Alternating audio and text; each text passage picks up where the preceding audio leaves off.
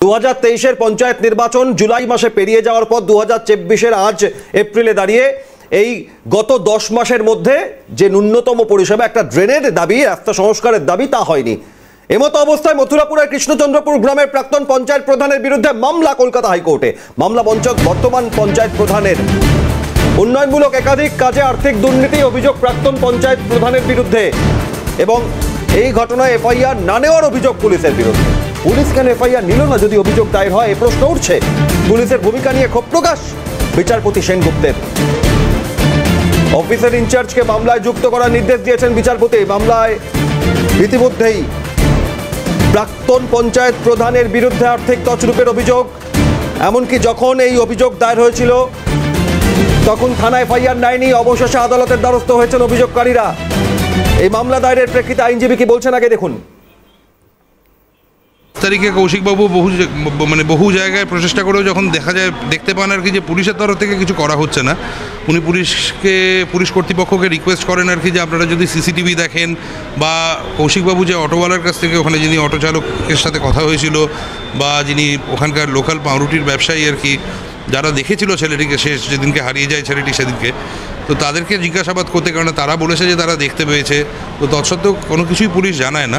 তখন বাধ্য হয়ে উনি 5 তারিখে ওখানকার এসপিকে, ডায়মন্ড হারবারের এসপিকে একটি চিঠি দেন, দিয়ে তাকে অনুরোধ করেন আর কি যাতে ঠিকমতো জিনিসটি দেখা হয়। তো চিঠির পরিপ্রেক্ষিতে যেটি হয়েছিল, আইওকে চেঞ্জ করা হয়, আইও অ্যাডিশনাল ওসি যিনি থাকেন ওই থানার, তাকে আইও করা হয়, কিন্তু তারপরেও কোনোভাবে কোনো কিছু আর নড়ছিল না।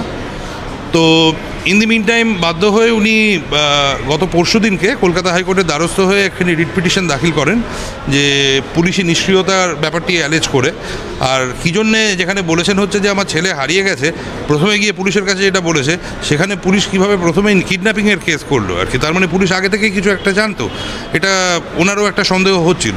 তো যাই হোক, এটি হওয়ার পরে তারপরে পিটিশনটি যখন সার্ভড হয় পরশু দিনকে, আমিও দেখতে পাই যে প্রেসেও জিনিসটি বোধহয়, তারপরে প্রেসের থ্রু দিয়েও জিনিসটি খুবভাবে খবরটি ছড়ায় আর কি। তো সেদিনকেই হঠাৎ করে জিনিসপত্র নড়ে চড়ে বসে, আর আমরা দেখতে পাচ্ছিলাম যে পুলিশ কর্তৃপক্ষ তরফ থেকেও প্রেস স্টেটমেন্ট, প্রেস কনফারেন্স করা হচ্ছিল ছেলেটিকে না খুঁজে। ইন দি মিন টাইম স্কুলের টিচারের কাছ থেকে কৌশিকবাবু ফোন পান যে ছেলেটিকে পুরীতে দেখা গেছে।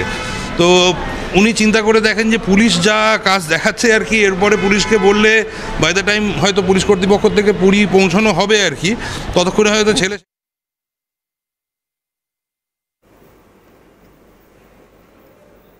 দক্ষিণ 24 পরগনার মথুরাপুরের কৃষ্ণচন্দ্রপুর গ্রাম, সেখানে প্রাক্তন পঞ্চায়েত প্রধানের বিরুদ্ধে আর্থিক তছরূপের অভিযোগ। এই হলো মোদ্দা খবর। তার পরিপ্রেক্ষিতে এলাকার মানুষের অভিযোগ শুনলেন পঞ্চায়েতের উপপ্রধানের অভিযোগ, পঞ্চায়েত প্রধানের বক্তব্য, যুক্তি, সাফাই।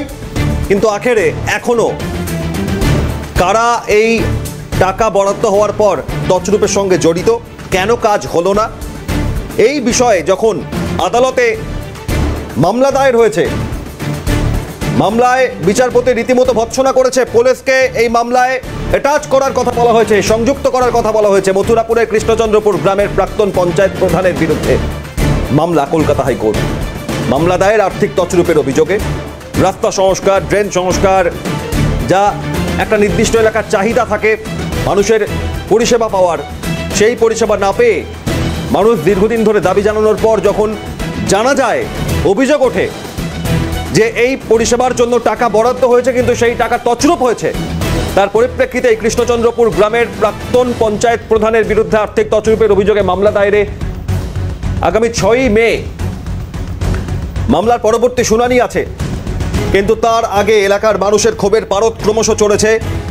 একদিন দুদিন নয়, মাসের পর মাস, বছর অতিক্রান্ত, তারা পরিষেবা পাচ্ছেন না। দীর্ঘদিন ধরে বেহাল পরিস্থিতির মধ্যে তাদের দিন যাপন। আর এমতো অবস্থায় কৃষ্ণচন্দ্রপুরের গ্রামের বাসিন্দারা সরব হওয়ায় তাদেরকে থানায় ডেকে পাঠানো হয়েছে, এই অভিযোগও সামনে এসছে। প্রাক্তন পঞ্চায়েত প্রধানের বিরুদ্ধে আর্থিক তছরূপের অভিযোগ। বর্তমান পঞ্চায়েতের উপপ্রধান, পঞ্চায়েত প্রধান, তারা একে অপরের বিরুদ্ধে অভিযোগ করছেন। উপপ্রধান বলছেন পঞ্চায়েত প্রধান নিজের দায়িত্বই পালন করছেন না, চেয়ারে বসেননি। পঞ্চায়েতের প্রধান বলছেন তাকে হুমকি দেওয়া হয়েছে। পুলিশের ভূমিকা নিয়ে ক্ষোভ প্রকাশ করেছেন বিচারপতি।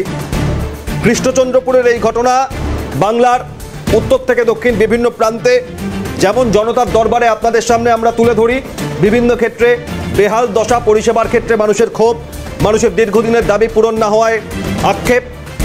আর এবার কৃষ্ণচন্দ্রপুরের সরকারি পরিষেবা পঞ্চায়েত প্রধানের বিরুদ্ধে, প্রাক্তন পঞ্চায়েত প্রধানের বিরুদ্ধে আর্থিক তছরূপের অভিযোগ।